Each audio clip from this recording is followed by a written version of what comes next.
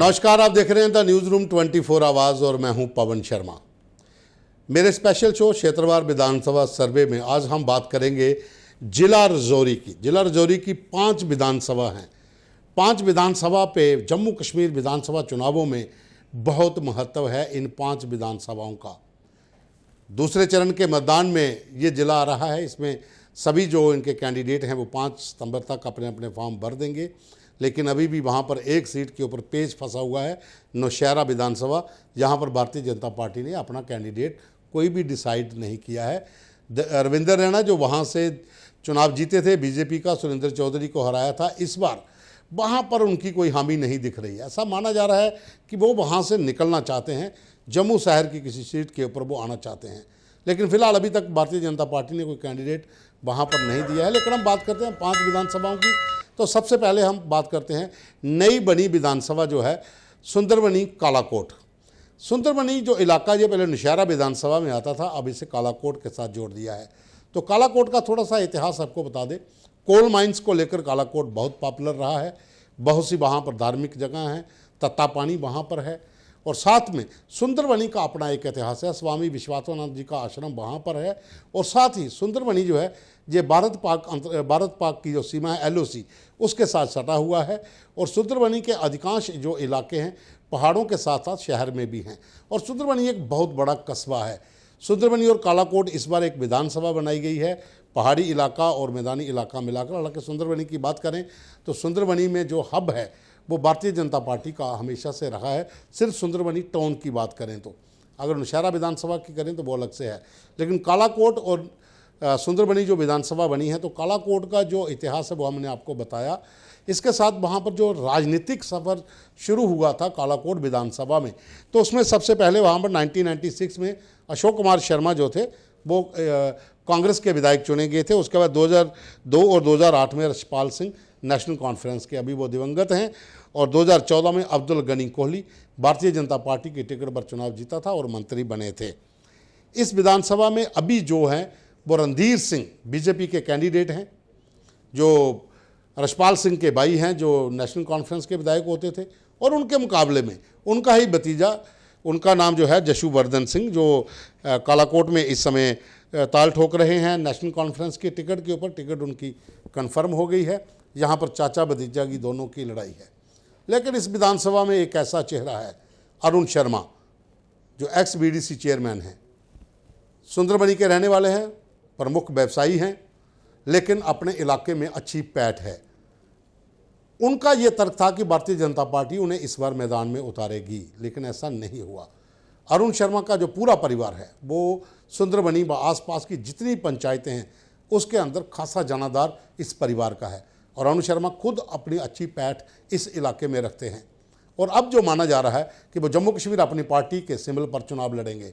अरुण शर्मा जहाँ पर deciding factor होंगे सुंदरबनी कालाकोट सीट के ऊपर, क्योंकि इस विधानसभा में जो अरुण शर्मा व उसके जो परिवार का रसूख है, जो इलाके में उनकी पैठ है, वो इन चुनावों में डिसाइड करेगी।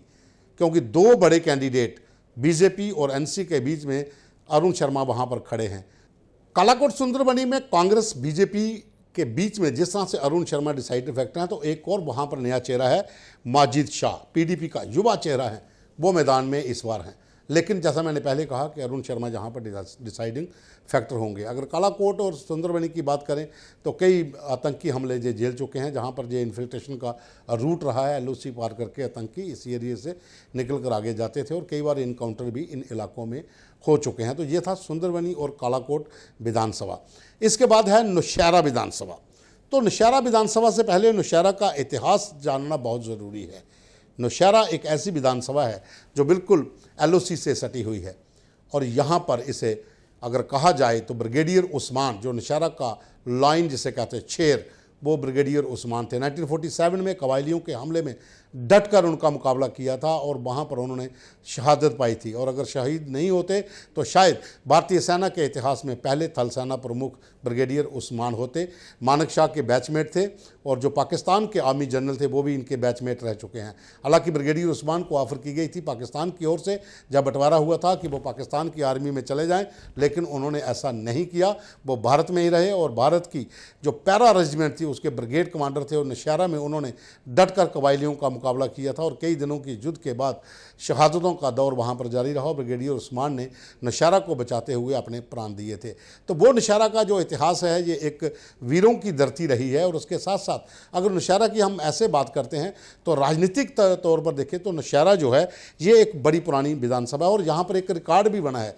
बेली राम, मास्टर बेली राम जो कांग्रेस के वहाँ पर एक कद्दावर नेता थे, वो लगातार वहाँ पर 1962 से लेकर 1987 तक एमएलए जीते रहे, कोई भी उन्हें नहीं हरा पाया। एक बड़ा नाम था कांग्रेस के भीतर। उसके बाद 1996 में राधे श्याम जो थे नेशनल कॉन्फ्रेंस के टिकट पर चुनाव जीते और 2002 में डॉक्टर रमेश जो बेली राम के पुत्र हैं उन्होंने वहाँ पर चुनाव जीता। उसके बाद 2008 में राधे श्याम ने, डॉक्टर रमेश ने नेशनल कॉन्फ्रेंस ज्वाइन कर ली और फिर वहाँ पर उन्होंने नेशनल कॉन्फ्रेंस की टिकट पर चुनाव जीता था। लेकिन 2014 में अरविंदर रैना ने सुरेंद्र चौधरी को हराया था जो इस समय नेशनल कॉन्फ्रेंस के कैंडिडेट हैं और वहाँ पर अरविंदर रैना की जीत हुई थी।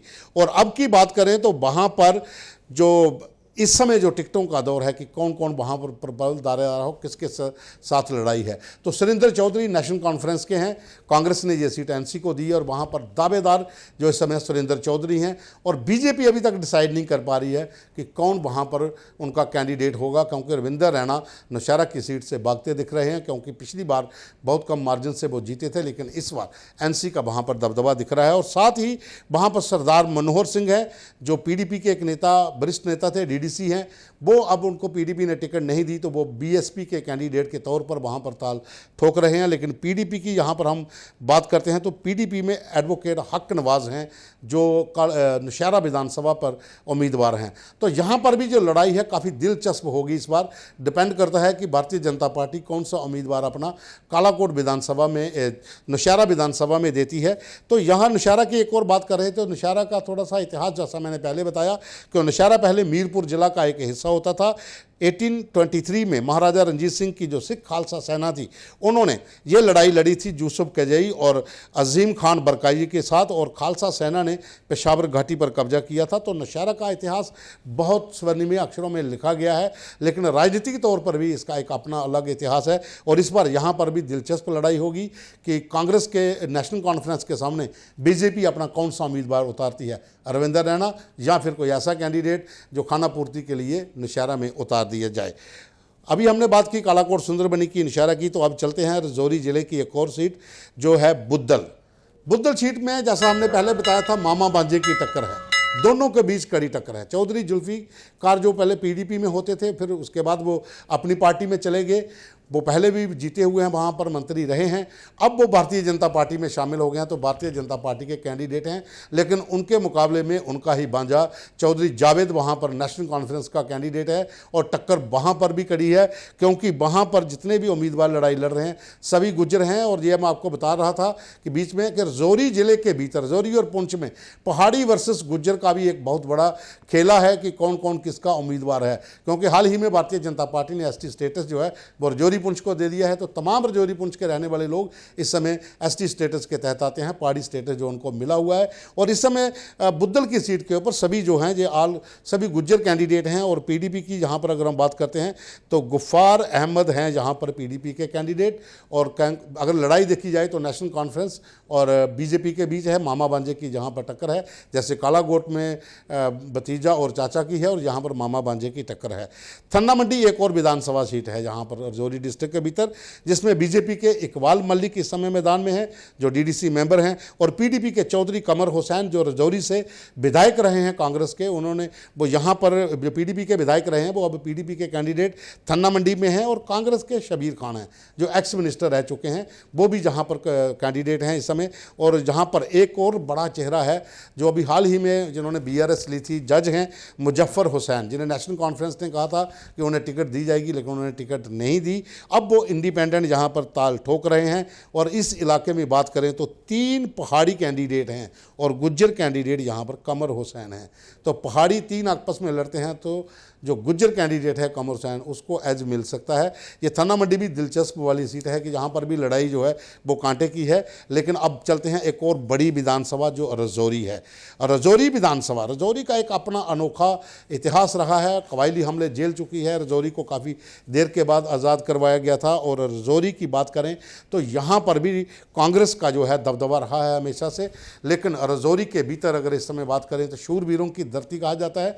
यहाँ जो गुज्जर थे वो कबायलियों के खिलाफ लड़े थे और रजौरी जो नरसंहार हुआ था उसमें यहाँ के लोगों ने कबायलियों को मार मार कर भगाया था और वो दिन आज भी वहाँ पर मनाया जाता है। और एक चीज़ और रजौरी के भीतर बड़ी पॉपुलर है, होली पर वहाँ पर भैरव झांकी निकलती है। उस झांकी में सभी तमाम समुदाय के लोग वहाँ पर इकट्ठा होते हैं। अब राजनीति की बात करते हैं तो राजनीतिक तौर पर रजौरी का एक अपना इतिहास है। 1962 में अब्दुल अजीज शाल जो हैं ये इंडियन नेशनल कांग्रेस के विधायक जीते। 1967 में अब्दुल रशीद कांग्रेस, 1972 में फिर अब्दुल रशीद कांग्रेस, 1977 में चौधरी तालिब हुसैन जो एमपी भी रहे हैं उन्होंने यहाँ पर चुनाव जीता 2 बार, 1983 में कांग्रेस के। और 1987 में मिर्ज़ा अब्दुल रशीद ने फिर ये इलेक्शन जीती इंडियन नेशनल कांग्रेस में। और 1996 में मोहम्मद शरीफ तारिक जो रजौरी के ही रहने वाले हैं उन्होंने चुनाव जीता। 2002 में मोहम्मद असलम ने यह चुनाव जीता कांग्रेस की टिकट पर। लेकिन 2008 में शबीर अहमद खान ने नेशनल कॉन्फ्रेंस की टिकट पर यहाँ से चुनाव जीता। और 2014 में कमर हुसैन जो पीडीपी के वहाँ पर प्रबल दावेदार थे जिनको टिकट मिली और उन्होंने चुनाव जीता।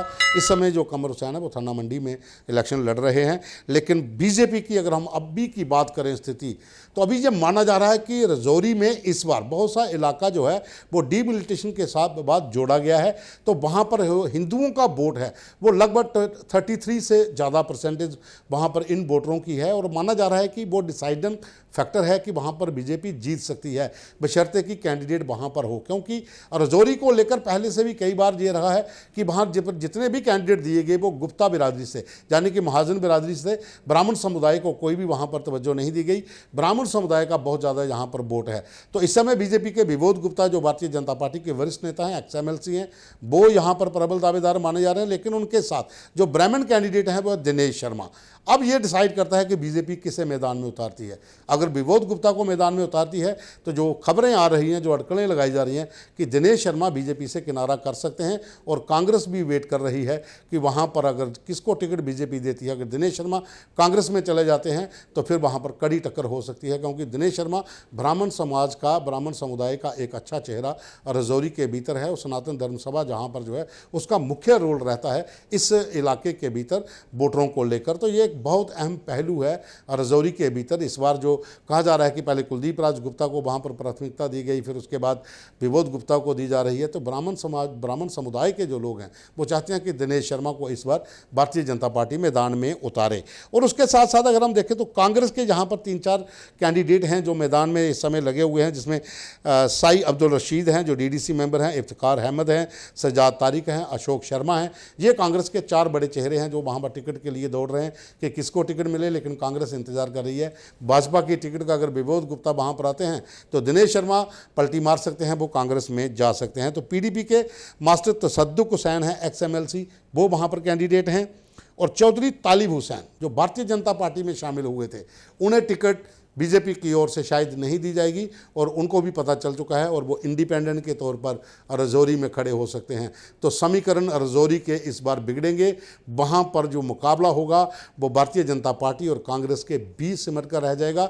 PDP का मेन फैक्टर होगा। हो सकता है कि जहाँ पर इन समुदाय की जो इन पार्टियों की आपसी लड़ाई में कहीं PDP एक बार फिर ना बाजी मार ले जैसे कमर हुसैन ने मारी थी। तो रजौरी विधानसभा का भी जो नतीजे आएंगे वो चौंकाने वाले होंगे। लेकिन पहले कैंडिडेट को वहाँ पर कौन आता है उसके बाद ही होगा। तो ये आज था 5 जो विधानसभा हैं रजौरी डिस्ट्रिक्ट की, जिसमें रजौरी, थन्ना मंडी, कालाकोट सुंदरबनी, बुद्धल और साथ में नौशहरा में बीजेपी अभी तक कोई कैंडिडेट अभी तक नहीं दे पाई है। जब तक हम अपना कार्यक्रम रिकॉर्ड कर रहे हैं जहाँ फिर प्रसारित होगा, हो सकता है उस समय तक बीजेपी कोई अपना कैंडिडेट वहाँ पर दे दे और कांग्रेस बीजेपी रजौरी और ये दोनों के ऊपर कोई कैंडिडेट अगर खड़ा कर देती है, नौशहरा का भी और रजौरी का भी, तो उसके बाद ही पता चलेगा कौन कौन सी पलटी कौन तरफ बज रही है। लेकिन जैसा मैंने पहले कहा था कि कालाकोट और सुंदरबनी सीट पर अरुण शर्मा एक डिसाइडेड फैक्टर होंगे। अरुण शर्मा किस तरफ जाते हैं, अगर वो इंडिपेंडेंट चुनाव लड़ने की सोच रहे थे, लेकिन अब माना जा रहा है कि जम्मू कश्मीर अपनी पार्टी की टिकट का सिंबल उनको मिल चुका है, वो वहाँ मैदान में आ चुके हैं। तो मामला अब दो पार्टियों का नहीं, अब तीसरी ताल जो है वो अरुण शर्मा के बीच में होगी, वो डिसाइडिंग फैक्टर होंगे। आज के लिए बस इतना ही। कल फिर विधानसभाओं के एक और नए सर्वे के साथ हम आपके सामने हाजिर होंगे। अभी के लिए बस इतना ही। धन्यवाद।